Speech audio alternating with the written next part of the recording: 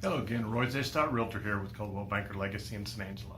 Today, continue with the healthy living. I want to throw in some tidbits for you. Today, I want to talk to you about sleep habits. So, it's important to understand from the beginning what sleep does for your body. I mean, you know that if you don't get enough sleep, you're tired, and you think, okay, well, I can take some extra caffeine and get over it and work through it. But it's important to understand that while you're asleep, that your brain goes through a reboot process. Basically daily, when you're asleep, your brain goes through that reboot process. That's when memories are stored into long-term memory. A lot of different things are going on in your brain and your body as well that are important to your emotional, physical, all these things type of well-being.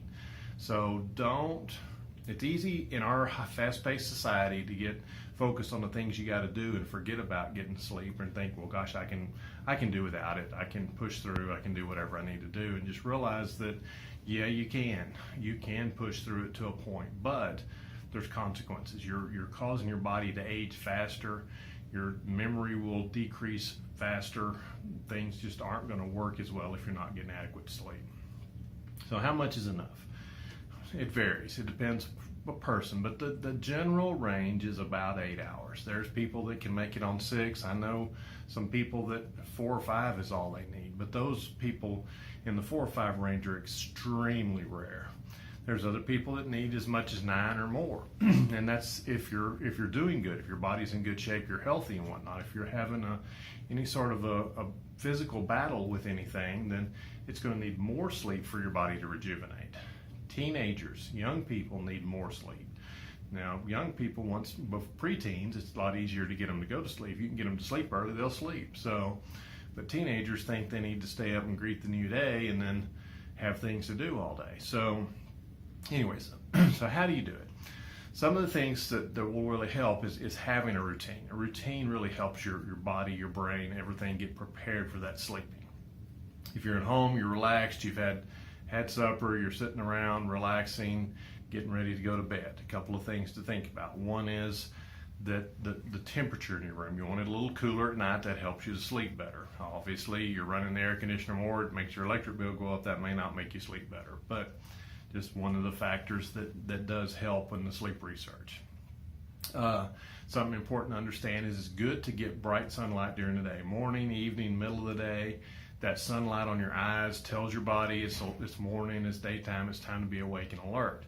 But when it comes to time, as you're getting toward dark, a lot of the midday type sun, there's a lot of blue light in it. And so in the evening, you want to try to work on keeping the blue lights out of your eyes. The problem is in our modern society, LED light bulbs tend to be very blue. Even some fluorescents have a good bit of a blue tint to them.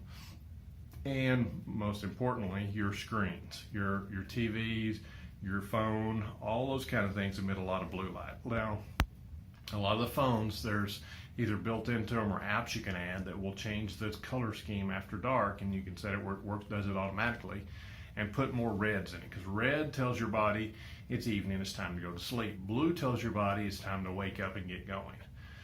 So depending on how sensitive you are to it, you can have a dramatic impact by just changing the color foundation on your TVs, on your computer screens, your phone, whatever else. And then the other thing is the interruption. So as you're going to bed, one of the things we do at my house is my kids and my wife and all our phones go on a charging station in the kitchen at night. We don't take them to our room so that we don't have those interruptions. A lot of them, you can set them some way where they won't give you notifications for text or Facebook or any of that stuff at night. So those noises aren't there. But if you can get it out of your room, it's that much better.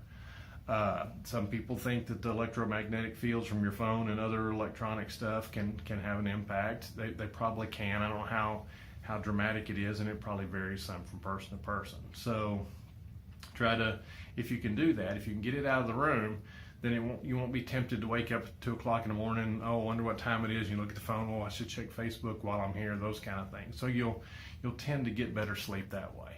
If you're going to read or something before you go to bed, a lot of times it's do it on something that's not backlit, whether it's a Kindle or, gosh, you could probably even go to an old-fashioned paper type thing. I think they still make those. They're in rare supply, but you can find them that are actually ink written on paper, and it has words, and you can read it that way. So just a novel idea. In today's world, it really is. It's unusual. You don't think about that. It's so much easier to do it on the screen because I can go from this to this to this. And the other thing is the lighting.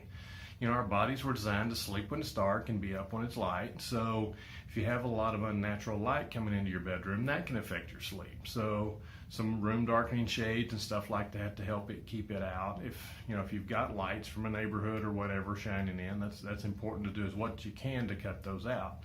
But then it's also nice to have them where you get those lights in the morning when it's time to wake up, because that helps your body wake up naturally, which is a lot more pleasant experience than of an alarm clock, and that's kind of the way your body responds.